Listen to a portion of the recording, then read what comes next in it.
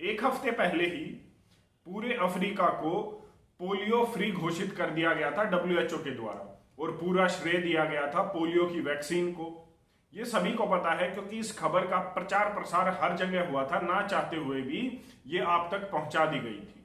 लेकिन जो हमें नहीं बताई गई वो बता देता हूं कि मात्र 7 दिन बाद ही, एक हफ्ते के अंदर ही पोलियो का आउटब्रेक हुआ है अफ्रीका में। और कारण क्या है? वही पोलियो की वैक्सीन जो वहां पर बच्चों को दी गई थी पोलियो की बीमारी से बचने के लिए। मतलब आप अपने बच्चे को एक दवाई पिलाते हैं ताकि उसको एक बीमारी न हो, और उस बच्चे को, आपके बच्चे को वही बीमारी हो जाती है उसी दवाई की वजह से। अब पोलियो की वैक्सीन के कारण ही ये पोलियो आउटब्रेक हुआ है। हालांकि ये पहला केस नहीं है और ये पहली बार नहीं हुआ है। लास्ट पोलियो का केस भारत में 2011 में हुआ था। उसी साल जो हमें नहीं बताया गया वो ये था कि 13 बच्चे हर 1 लाख में से उसी साल non polio acute flaccid paralysis से ग्रस्त हो रहे थे। जबकि अगर हम डब्ल्यूएचओ की ही बात माने तो ये आंकड़ा होना चाहिए 1 बच्चा पर 1 लाख, मतलब कि 13 बच्चे हर 1 लाख में से आ रहे थे non polio acute flaccid paralysis की वजह से। अब ये नई बला क्या है? ये non polio acute flaccid paralysis ही पैरालिसिस या पोलियो का दूसरा नाम हम कह सकते हैं, लेकिन कुछ कारणों की वजह से नाम बदल दिया गया क्योंकि जो है फ्री घोषित करना था। अब समस्या ये आती है कि क्यों ऐसा होता है। अगर हम गाइडलाइंस पढ़ें तो पोलियो की वैक्सीन उन बच्चों को नहीं देनी चाहिए जो माल नरिश्ड हैं। अगर हम बात करें भारत की या अफ्रीका जैसे देश की, तो यहां पर बच्चे, अधिकांश बच्चे माल नरिश्ड होते हैं, मतलब उनको प्रोटीन पूरे रूप से जो उनके बॉडी की रिक्वायरमेंट है वो नहीं मिलता है, जिसकी वजह से उनकी शरीर में माल नरिशमेंट होती है।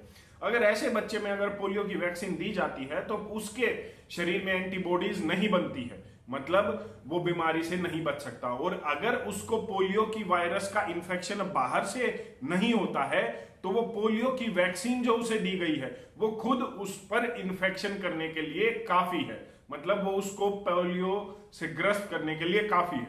दूसरी बात, अगर सैनिटेशन फैसिलिटीज किसी भी देश में अच्छी नहीं है, जैसे भारत है या अफ्रीका है, तो वहां पर पहले सैनिटेशन फैसिलिटीज अच्छी करनी चाहिए। ये हमें इंश्योर करना चाहिए कि वहां पर प्रॉपर सैनिटेशन, साफ सफाई है, जो नित्यक्रम सुबह का होता है, जो बच्चे लैट्रिन जाते हैं, महिलाएं सुबह जाती है या कोई भी जाता है, वो साफ सुथरा हो और उसकी वजह से इंफेक्शन फैलने का चांस न हो। क्यों?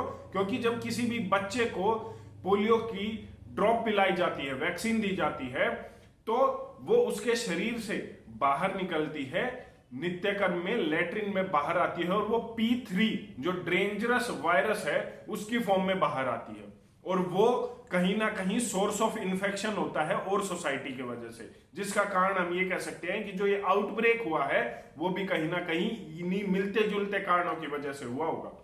मैं पहले भी बात कर चुका हूं कि वैक्सीन में क्या क्या होता है और वो कितने खतरनाक रूप से हमारे बच्चे को बीमार कर देता है। पोलियो के बारे में मैं पहले भी बात कर चुका हूं कि पोलियो की वजह से भारत में अलग अलग संस्था की माने तो 70,000 से लेकर 5 लाख तक बच्चे पैरालिसिस का शिकार हुए थे, लकवाग्रस्त हुए थे, सिर्फ पोलियो की वैक्सीन की वजह से।